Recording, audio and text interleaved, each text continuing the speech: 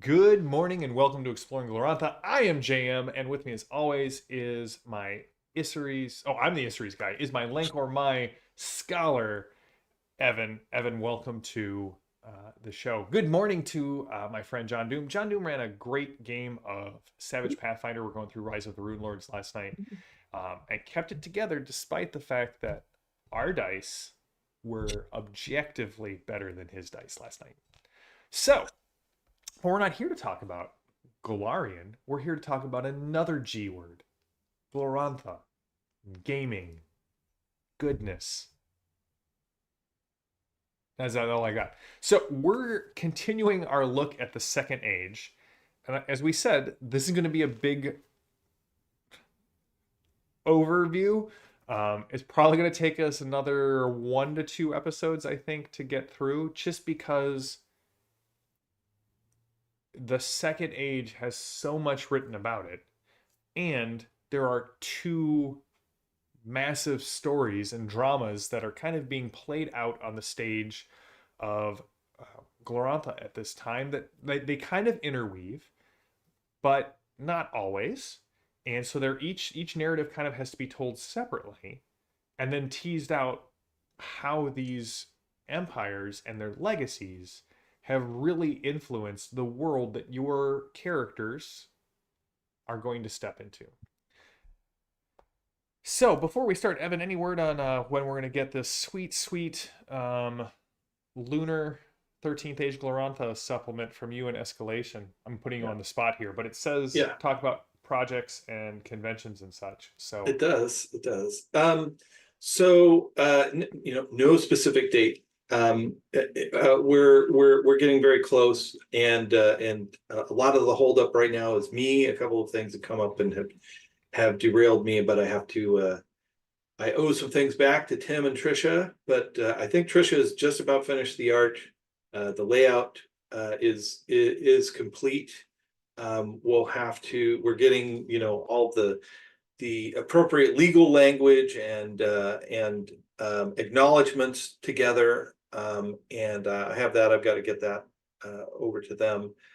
And then it'll go through, sort of final review. And of course, it's an absurdly big project, it's so awesome. I, it I might. I got to read it.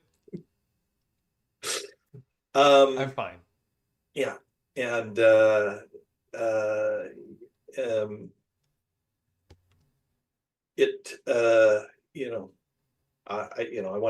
want to ask you all sorts of questions about how you see it, but Keston on a scale of Rurik to Biturian Varash, where does he? But anyway, um, Um, uh, so here's the thing: Rurik has a deep and abiding place in my heart, but Keston was such a great point of view. So I don't know that you can hit the nostalgia of Rurik, but it's well written and it does the exact same thing that Rurik did for me when I was a wee JM. well, Probably that's no smaller than I am. that's that's high praise. So thank you. No, Anyway, I like it's so it's amazing. When it comes so out, you better download it because it's gonna be free. yeah, Support Evan. And is there? I don't want there to. should be. I mean, it is not a completely done deal, but the intention is um, that there will be a print on demand at cost. So you'll be paying, not me and the contributors and everything, because we're giving this away for free. It's a labor of love, but we're paying drive through and their printers to get a sweet full color hardback version of it. In our dreams, at least, that's and our dreams have not been crashed down to the ground yet. So that's where we're pointing. I know Nick Rook was super He has gung ho been about this. outstandingly supportive, as have the people at Chaosium, as have the people at Pelgrane and at Fire Opal and it's just been and of course I have a brain freeze here, but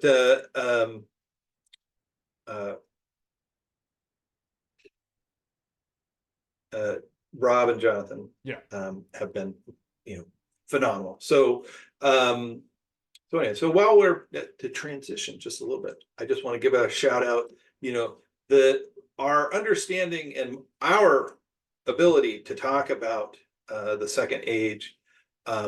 There's a lot of published material, but Jeff Richard has been such a detailed poster about these things for years, but particularly in the last couple of years, things typically get posted on the RuneQuest Facebook page, and then go into the archives at the Well of Dahlia, Lovingly where you can find them. transcribed to the Well So of Dahlia. Yes. right, and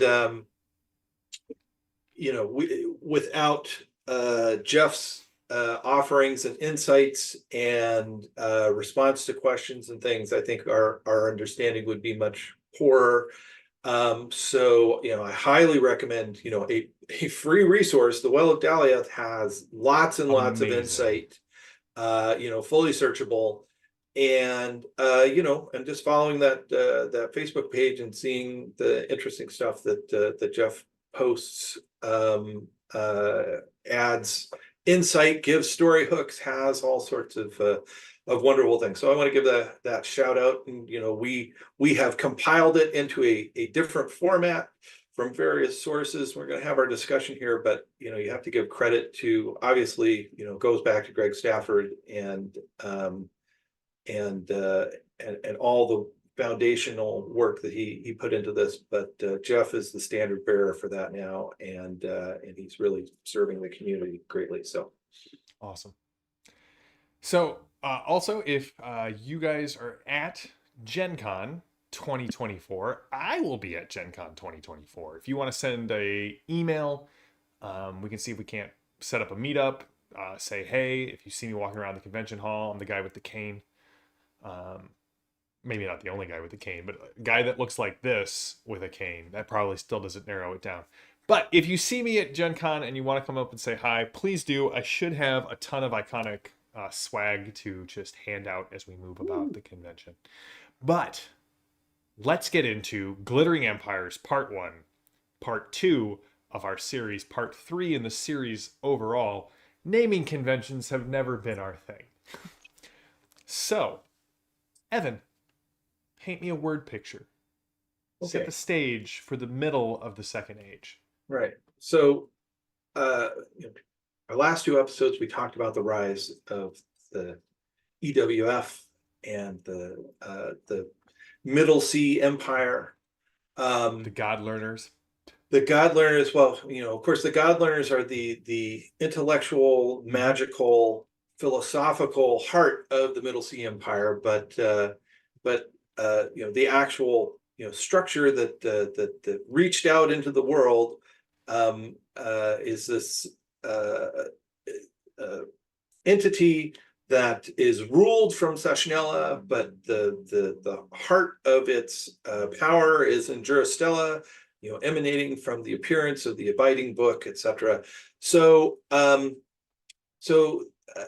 as we already talked about, these empires approach things in sort of two different ways. The God Learners are sort of maximally expansive. They're going everywhere. They're going to other continents. They're going around the continents. And it's a seaborne empire, an exploratory, adventuresome empire, and is sometimes preceded sort of by freelancers.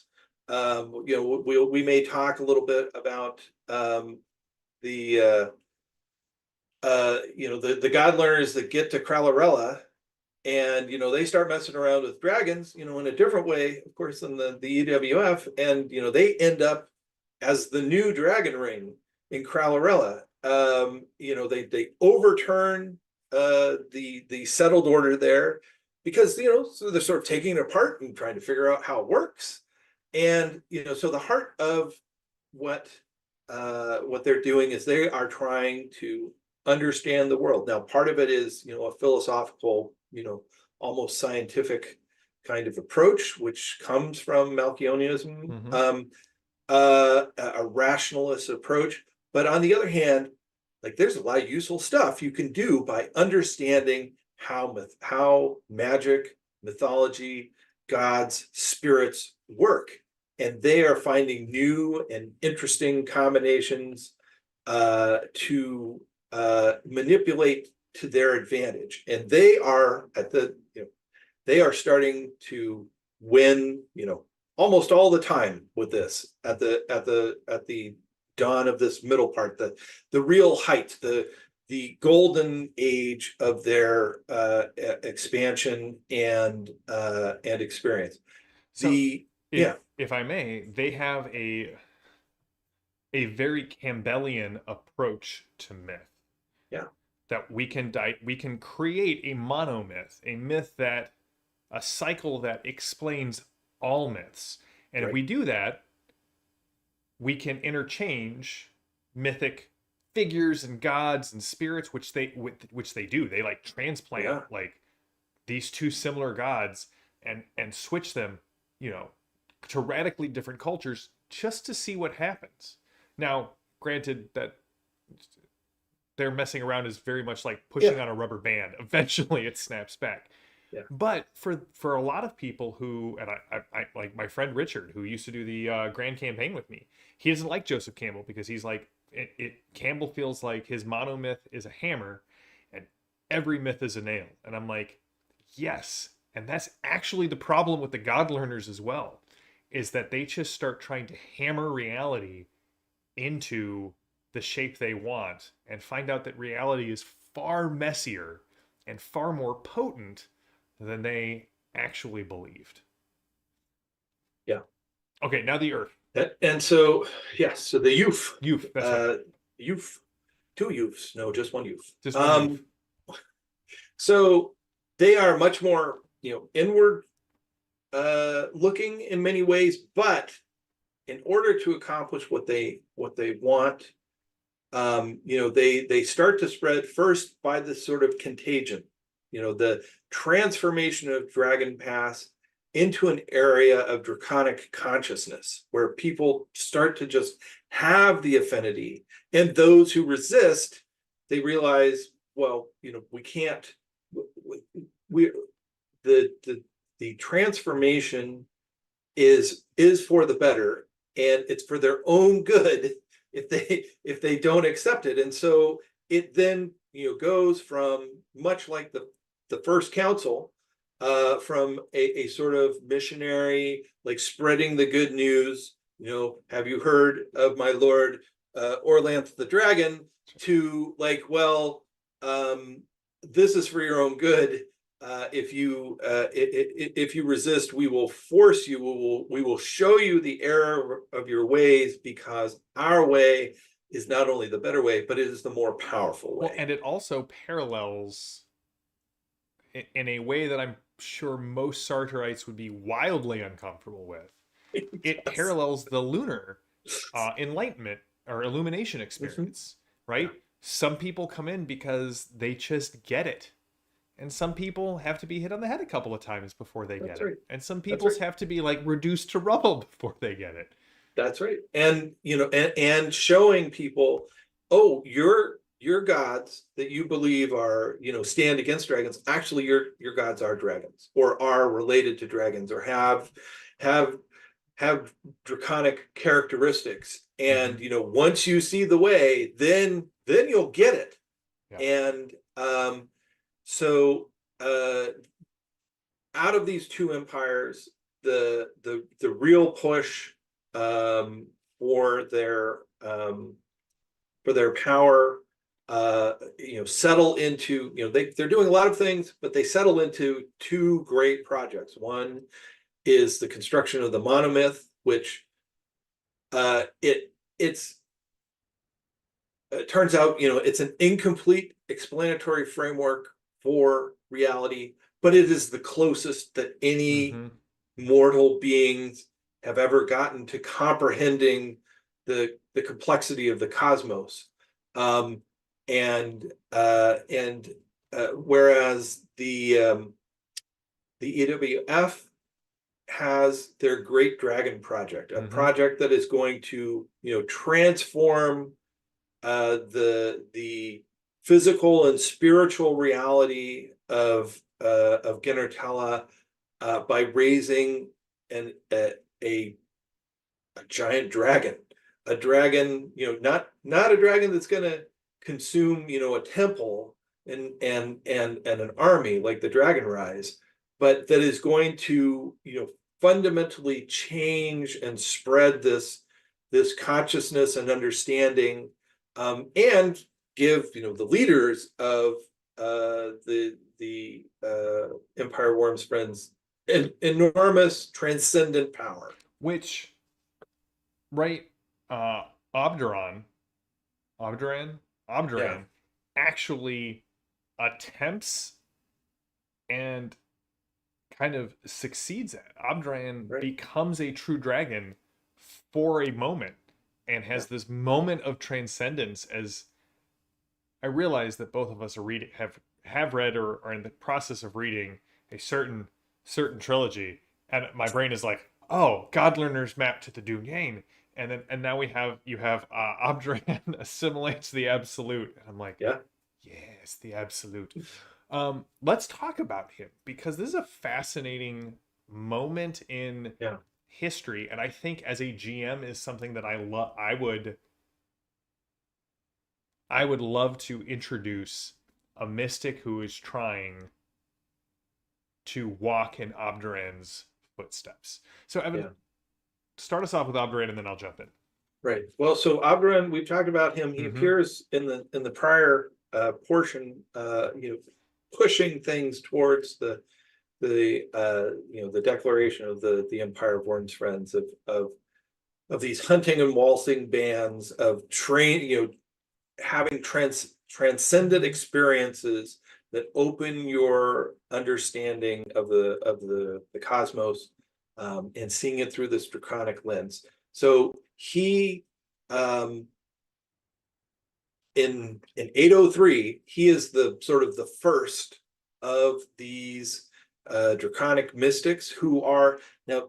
We have to remember, these are not Kralorellans, these are not dragon newts, these are Orlanthi. These are They are Orlanthi. storm voices who have assimilated and transformed uh, their worship of the Lightbringers to introduce these dragon elements into it. And he attains this level of enlightenment, something similar, a different path, but the kind of path that the dragon newts are on. And we have not talked about the dragon newts in detail, and we won't have enough time to more than refer to them. But the dragon newts are failed dragons, and they are, they're sort of, in some ways, they're stuck on Earth trying to go through a cycle where they ascend through physical and spiritual changes to ultimately, eventually, ascend to become a true dragon, to make it to what they were intended to be. Yes. So he gets there. He becomes a draconic being, and the world takes notice. All winds in Glorantha stop. All winds in Glorantha stop for entirely for one day. That's the time, that's sort of his birth period or rebirth period from, human mortal being to eternal true dragon. And but he does not leave the world.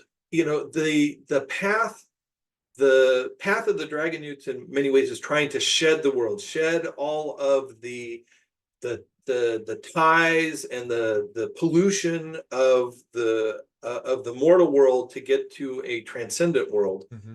And the EWF path is sort of, the best of both. You can ascend to become this true dragon being, but then you're also still in the world. And so Abderan does not, then leave the world as would happen with the Inhuman King, the glorious leader of the Dragon Newts, when the final enlightenment comes and they transform into a true dragon. they go off into the cosmos with the rest of the true dragons to And then the leave the next highest polluted tier, world. That's yeah. right. Is reborn to that the one that is worthy is reborn to replace them and begin their final spiritual enlightenment. For Obduran, he gains this enormous insight, power, but is still on the dragon ring of Dragon Pass, is still uh, giving to a certain extent, connecting through followers, through peers who are on a similar path, and there are a number of others that are named and probably many lost Mm-hmm. to history, who are walking the same path, who are achieving this uh, dragonhood or near dragonhood. And we know from, for example, later examples, or earlier examples, the individuals who walk this hero path, who through a variety of possibilities, end up in a demigod or godlike state. It happened for Arcat. It happened for many of his enemies who followed Gabashi, whom he had to overcome. Pelagio, the Iron Rock, etc. And it happens. There are more. The seven mothers were mortals who ascend into godhood as well. And there was a period of time when they had divine power before they ascended and operated on the earth to support the Red Empress or the Red Goddess before before each of them one by one went through some crisis or transformation when they finally left the mortal realm. So this is a path that mortals can walk, and here this is a not before uh, explored pathway, this dragon pathway, and you go from the early 9th century of solar time, and within a couple of decades, you have others who follow him on this path. The dragon ring is exceptionally powerful, and it transforms into this political project because they need to have the resources to support the spiritual project of the Well, EWF.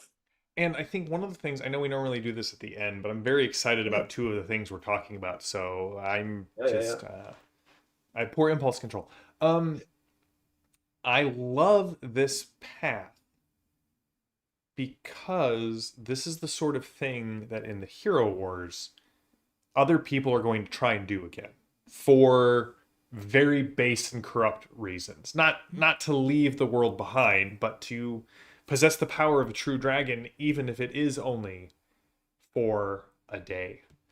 And I think the EWF is so well documented in Dragon Pass that whether they are an antagonist or a an ally or a one of the players who wants to do this, searching the ruins throughout Dragon Pass in an attempt to recover this knowledge, to ascend to a true dragon, for noble or base reasons, would make an amazing plot for a campaign, or even a plot for a player. Like, come to the table and say, hey, I'm I follow Orlanthi Rex, but I really want to. Can I be a member of Orlanthi Dragon?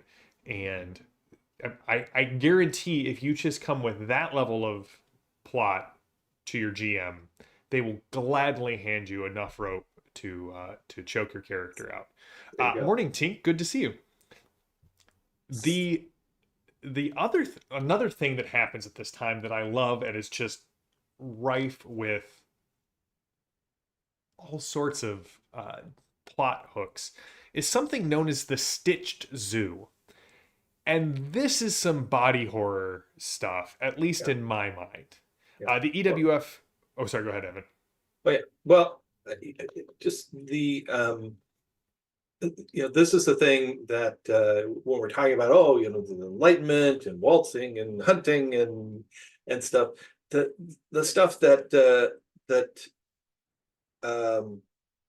the other weird things that the EWF decided that they needed to do in order to transform uh, the uh, the the world. And yeah, it's some pretty Yeah. weird, crazy stuff. Also, morning to Jordan. Thanks for joining us.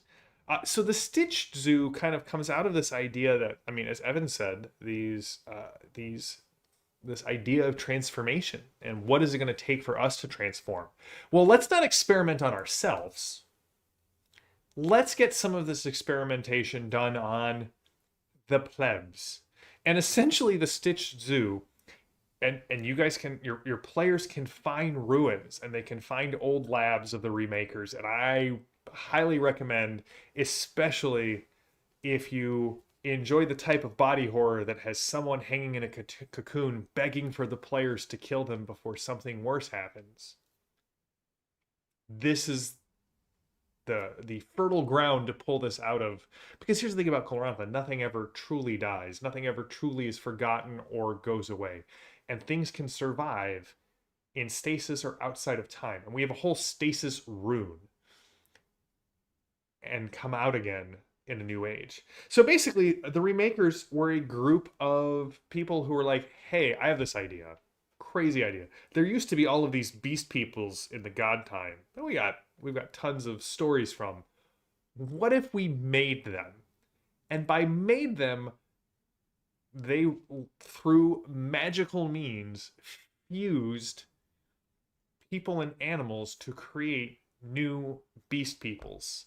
Half man, half horse, centaur, deer tar, cow tar, half man, half fox, and then some of the the crazier chimerical creatures, and there are even some who believe. Now, Evan, I will say, if we were still playing our RuneQuest game, this note here would have definitely made it into my Tusk Raider subplot that we had just started. Yep. Almost dying kind of takes the wind out of a sail, but we'll come back to that game. I'm hopeful. Some think that the Tusk Raiders actually are a product of the Remakers Stitched Zoo, and go figure. When the Dragon Newts finally are done with the youth, all they do is they just open all of the gates and let, I guess, unnatural take its course. Mhm. Because, fun fact, being turned into some sort of bestial creature and then kept in a zoo does not breed contentment or happiness with the people who did this to you. And so the Dragon Newts just they open all the doors and turn off the lights and leave, and these creatures, you know, rip through the zoo, rip through the EWF, and kind of go out into the world where you encounter them in the Third Age.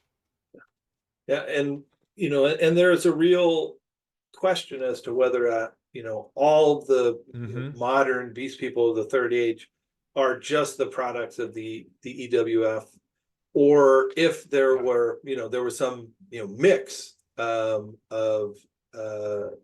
them. And there's all sorts of other stories that it could be an enormous tangent. Of course, we know from the Smoking Ruins book that Mm-hmm. there's these links between the Grazers and the Beastmen. They're neighbors and they have interaction, and and the modern beast people, particularly centaurs, um, Yeah. minotaurs, fox women, that are in Dragon Pass. They congregate mainly in Beast Valley, but they travel. They They played can very travel heavily far and wide. Yeah. into one of my RuneQuest campaigns. In fact, two of my players got to play as beast people for a limited amount of time. Jason, I would agree. There is, Glorantha has a lot of anime to it and has inspired a lot, right? Yeah. And as I think we've talked about several times, Ken Ralston goes on to not necessarily anime, but goes on to develop Morrowind and Skyrim. And you don't have to squint very hard to see the Gloranthan influences in the Elder Scrolls. And David, you are welcome. He says, thanks for the stasis rune idea to cheat the compromise. I needed a second age gag to affect the third age. That's what I'm here for. Evan Yeah. plans it. I Yeah. just, spontaneously uh, talk my way into good ideas. But that's why he's, the Lankor Mai Rune Lord, and I am but a lowly Isseries initiate. All right, Evan. Third Council, great ritual. Yeah. Let's talk about it. All right. So in 822, the UWF is the political control of the Mm-hmm. Dragon Pass, and then they declare themselves as the third council of the lands of Genertella. So Which is just the height of hubris, and also, yeah, because those Council 1 and 2 worked out so good. yeah. Do you remember in the early? This is going to date myself, and like right when the internet was coming around, there was the evil overlord list. Like, here's the list of Yeah. things to do as an evil overlord Yes. Yes. to make sure that your plans don't fail. And one of them is, right, never dress my faceless minions up like any historical army because they all lost. And why would I want that association? And I'm like, I kind of feel like naming yourself the third council is just one, an act of hubris, and two, did you read to the end of the book on both of those stories? Because neither of those stories end well. Yeah. Nonetheless, their control, it's contested down in Kythella, Esrolia and Caladra land and Hendriki land and all of that. But nonetheless, they have a lot of influence there. It reaches up into Peloria. It bumps up against the Carmanians in Palanda. They thoroughly trounce the Praxians, who of course have been raiding and everything, and they imported the pure horse people who end up, at least some of their descendants end up as the Gracelanders, but they drive the animal riders from all the good places in Prax. The EWF, in terms of actually controlling, the most of the important parts, not all of them, but most of the important parts, and having otherwise influence in central Genertella, they are supreme. And their plan is, we're going to raise this dragon, and we're going to enliven not just Genertella, but the world with draconic energies. We're going to bring a new golden age. Hey, what does that sound like? A little bit like the Gabaji Project, a new golden age of perfection. No. Yeah, no, totally different. That Sorry. was all, light and sun. This is dragons. It's totally different. It's totally different. And when they tried a third time, and they're like, "Oh, it's totally moon. It's not. It's a different verse. It just third rhymes time's with the charm. Third time's the charm." Listen, I read King of Sartar. I know how that ends as well. That's all just propaganda. So they're going to take the Oslir River and make it the spine of the dragon. Its wings are going to be the Rockwood Mountains, and you have to remember, like, the Oslir has a draconic link, and so they're just like taking the parts and putting them back together. What does that sound like? The entire population of Peloria was to be divided into 5 cults to form its intellect. Okay, well, that sounds a little like, okay, does that mean that all those people are going to become the brain, or how does that work? But they already have plans for the entire population of a geographic region to create it. Its breath, the erupting volcanoes of the Holy Country. This, of course, was before the Holy Country, but of Collateral Land. And so the scale and the scope is, basically you're going to raise a dragon that is going to have both, physical, but also sort of transcendent spiritual properties. Yeah. That's going to, spread its energy around the world and return a golden age, and one dominated by this pure dragon energy. And for a, a great chunk of this sort of golden age, the leaders of the EWF have basically limitless magical energy at their disposal. But they are pouring it into creating the great dragon. But it starts to become more and more difficult, and they need more resources. And by the end of this period, the Third Council demands that the leaders who are channeling this energy be worshipped as gods in lieu, essentially, of the gods. And we'll talk a lot about that next time, because that's when it really starts to break apart. But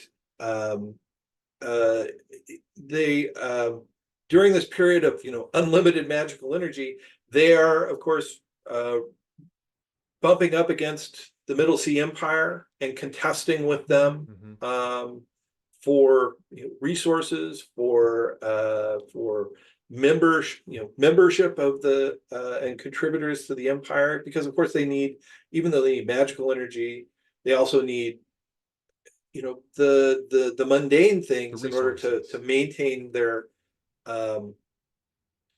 people, and the security is built on an enormously powerful war machine that involves the most powerful of the Orlanthi, with dragon magic too, dragons, probably dream dragons, but dragons and dragon-like things. Magic 2 Electric Boogaloo? Oh, well, I think that's what Arkrath is doing. That's true. Dragon Magic 2 Electric Boogaloo. Worms, wyverns, they women. Like, you need a third W there. Troll armies, just throwing the rhythm off. dinosaurs. Think about Tyrannosaurus Rex cavalry. Just let your mind go wild. These, they controlled the air, they controlled the land. They were not so much on the sea, because that was where the Middle Sea Empire was. But they were an almost the only force that really seemed to be able to stop them militarily were the God Learners, and other places were just getting rolled over. So the grand ritual is driving. It's their central purpose behind their imperial expansion, and their goal. Their goal is great. Return the golden age, raise everyone's consciousness, bring us all together. It also seemed really creepy, but I gotta tell you, Jason and Jordan are cracking me up in their comments. I would give you guys bennies if you played Savage Worlds. You can have a benny, and if not, get a free reroll in your next RuneQuest game. Jump in the chat. Let them know that 40 minutes in, show them to your DM. So that's right. We'll save the Monomyth project for next time. Ooh, okay. Because it's so massive. So I think let's take the last 10 minutes before we really delve into more GM and player advice. let's talk about something unrelated to both that is going on at the same time, which is one of my first introductions to RuneQuest, which is the foundation and the golden age of Pavis. Yeah. So Pavis in the east of Dragon Pass, animates the faceless statue that used to be on the throne in Degori Inkarth, and he gathers some allies and he goes to the old site of Rob Cradle. And at the Too Tall battle, which is just, he defeats the Praxians, cripples Waha, and then heals Waha to make a peace, and uses, just founds the city that bears his name. So you have Pavis. If you know Pavis and Big Rubble, that's where this is where this massive city, and Pavis is sort of the, in the third age, the easiest touchstone to bring uh, new players into RuneQuest, because you know what you do in Big Rubble? You dungeon delve, and that touchstone alone, like Pavis and Big Rubble, new Pavis and Big Rubble, feels very much like the keep on the borderlands of RuneQuest.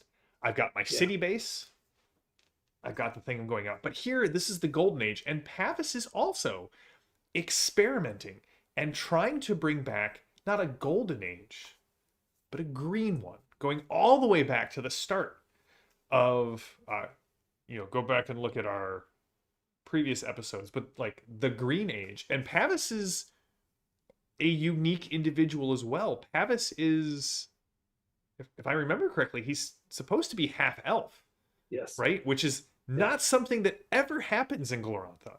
There Right. are no half elves.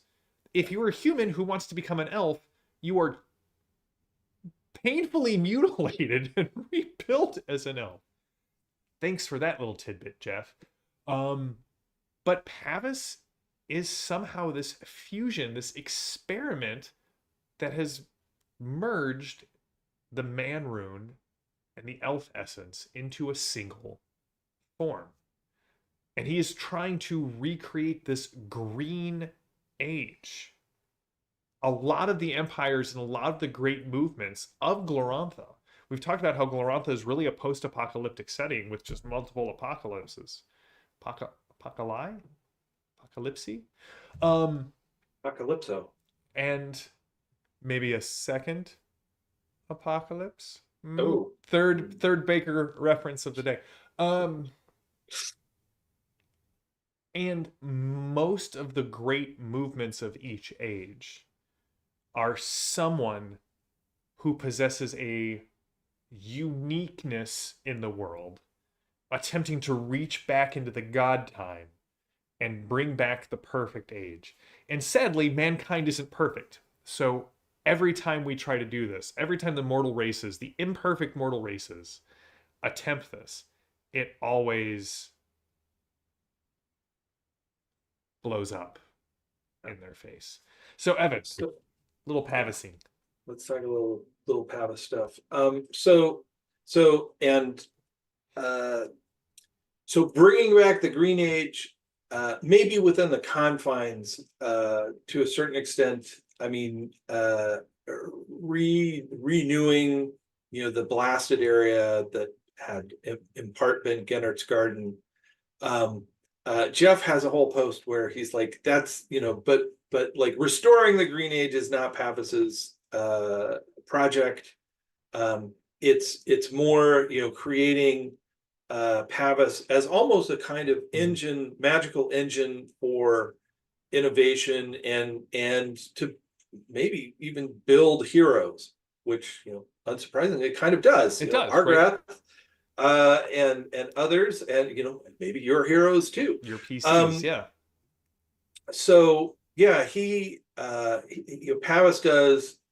He's in some ways he kind of prefigures Sartar in that he's not so much of a warrior. He's an organizer and he's a magician and he has loyal followers Who and does he's the fighting for him? right that that his focus is on building a lasting legacy. And Sardar starts many cities and builds roads and unites a nation.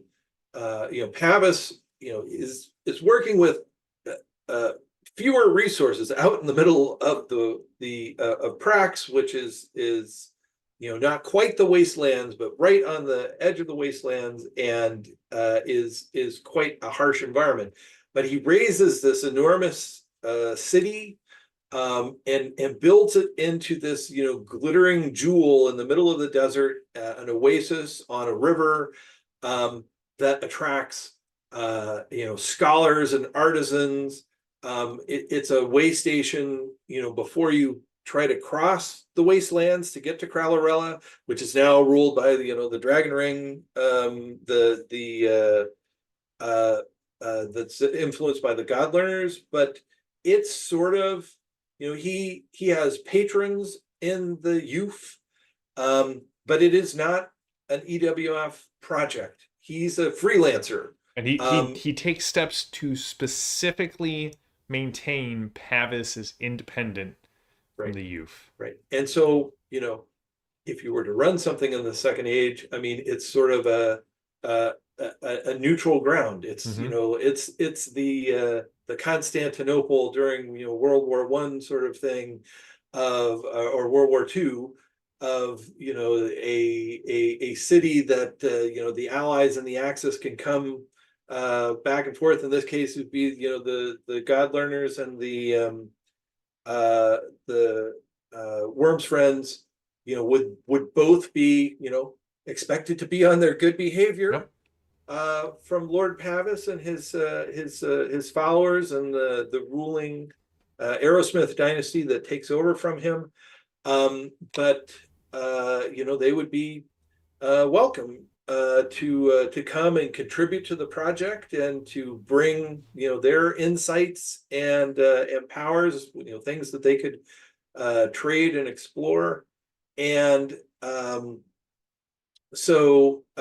but it's also an intrusion in that area.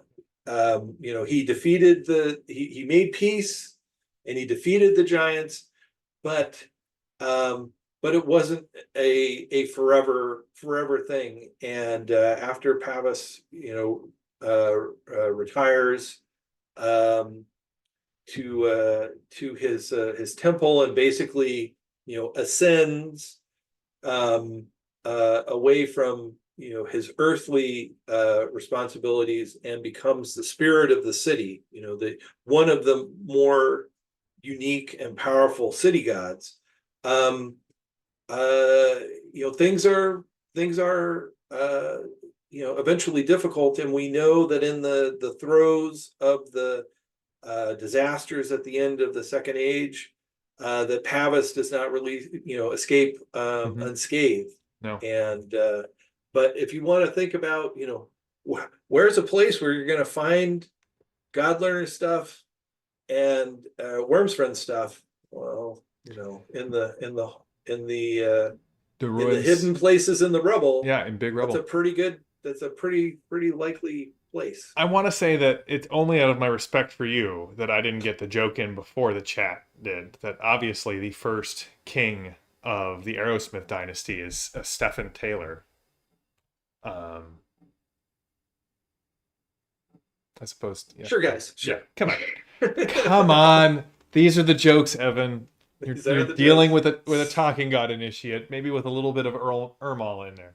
Yeah, All absolutely. right, so we've kind of covered our wrap up already. Looking at the Empire of Worm Friends' great goals, as well as Pavis. There's a lot to mine from a GM's perspective from just these two things in the Third Age. As Evan pointed out, Pavis and Big Rubble. The Big Rubble holds a treasure trove of anything you as the GM would like to put into the hands of the players, whether plot wise or reward wise, from the Second Age, from either the God Learners or the Empire of Worm Friends. It is, I mean, it's a forge of heroes. I love that idea, Evan. It. I've often used that in Dungeons and Dragons for the reasons that certain things exist in the world. It's that somebody was like, I need to make sure that the right people are here, and these dungeons are essentially tests. And almost like a prayer wheel, Big Rubble exists as a channel to prepare heroes who run through the cycles for the world when they're needed. And so that right there is basically the only campaign idea that you need coming out of this episode. But wait, there's more. We've covered the Stitched Zoo and all of the horrors that it contained and loosed on the world.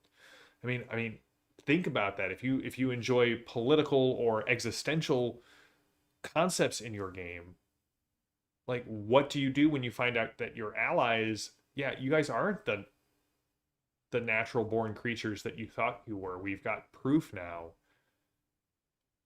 that you were just a experiment in the Second Age. What does somebody who is less moral do with that information? On does somebody in the Lunar Empire discover this and call for a pogrom against the Beast Peoples because they're not really true peoples of Glorantha. They're just mistakes that should have been eradicated at the end of the Second Age. And yet there's something there because who survives the Dragon Kill War but the Beast Peoples?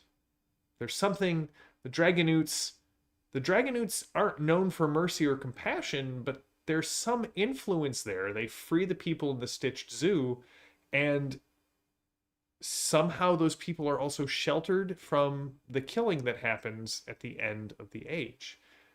A lot of things to tease out there, and I talked about my love of the idea of somebody wanting to do this ascension, right? We always talk about people in Glorantha, the big movers and shakers, or even your player characters going on hero quests to find the power they need to accomplish some great deed in the world. This is a parallel and frankly terrifying because it is ungoverned by the rules of hero quests and ungoverned by the social mores that bind people with hero quests. This is a path of power independent from the gods and independent from any social obligations that hero questing brings with it. And so for the Bronze Age mindset, that is a terrifying path that someone would go out and walk. So those are mine. I realize I may have stole a couple of Evan's, but Evan, final thoughts on like teasing this out for players and GMs? Yeah. Well, so I think a great story angle is that if we're looking, particularly at the EWF side, the cultural memory is, every messing around like this is dangerous. It's dangerous and potentially sort of polluting, and it all ended in tears last time. Playing with dragons is not what right thinking people do now. I mean, and now literally, that's right? Because all right, the Dragonoots are left-handed. right. So, Exactly. but, And so, and nonetheless, like this has been sort of forcibly introduced with the Dragon Rise. Suddenly that terror for some people is turning to ambivalence, and others are already on the path or now are turning towards, well, maybe the EWF had a point. We know that Argrath is there, that his drive to fulfill his oath to destroy the empire and pull the moon down, means that he needs to sort of explore any means, at least that are within the bounds of what he can do as an Orlanthi. He doesn't. It seems, although it's almost, I would say it's almost certain that he is illuminated in some way. It does, seems to be this form of draconic illumination, perhaps. But he, unlike Arcat, it doesn't seem like he's verging off into the, hey, I'm going to join every cult and take its secrets and things. But he is going to explore into powers that most people would avoid. And so, but the benefits of it are obvious. You mess around with dragons, sometimes you get a dragon to show up, and the temple that was going to be oppressing the entirety of Dragon Pass gets destroyed, and the army that was there to protect it gets eaten. The problem is people, which is fair. Be plenty of great fair, but there's plenty of people who are going to say, hey, dragons are not always that discriminatory. We're jumping ahead a little here, but when it all ends up, and sort of the cleanup crew comes in, the cleanup crew made up of true dragons that annihilated human populations in Dragon Pass, they didn't discriminate between the humans that were offending them and the humans that were resisting the Golden Horde. They just ate everybody, just to be sure. And so I think that tension of the temptation of power, these paths, we can figure out, but we can learn from the mistakes. It'll be fine. It'll totally be fine this time, versus you're mad, you'll get us all killed. I think that those ideas are great drivers of story. Yeah, I agree. And I agree with David that only darkness can protect us if we bring snacks as to not be snacks. Yeah. Well, guys, thank you all for joining us. That brings us to the end of part 3 of our look at the Second Age. I think we've got 2 to 3 parts left, but we're enjoying it. Hopefully you are. Leave a comment. Evan answers all the comments, or I do as well. And we will be back next month, and we're going to be talking about the monomyth. And so I will be reading all of my Campbell stuff, and we'll just have a discussion on the power of myth, I think is what we should call that. Somebody already do the power of myth? Maybe something to do with masks. I don't know. Anyway. Masks of God. Yeah. I mean, you got to have them because the hero can have, 999 maybe faces. even 1,000. Maybe even 1,000 faces. So, Evan, thank you as always for joining me on this. This is always just a pleasure and a delight to talk with you about this. And if you are patrons, don't worry. I'm waiting till we have all of the Second Age notes into one document before I post the outlines. So, until next time, stay safe, stay healthy, stay gaming. I'm JM. This is my wonderful co-host, Evan. And we will see you all next month for more Exploring Glorantha. Until then, we are all us. Oh, stole it from you. Bye, everybody.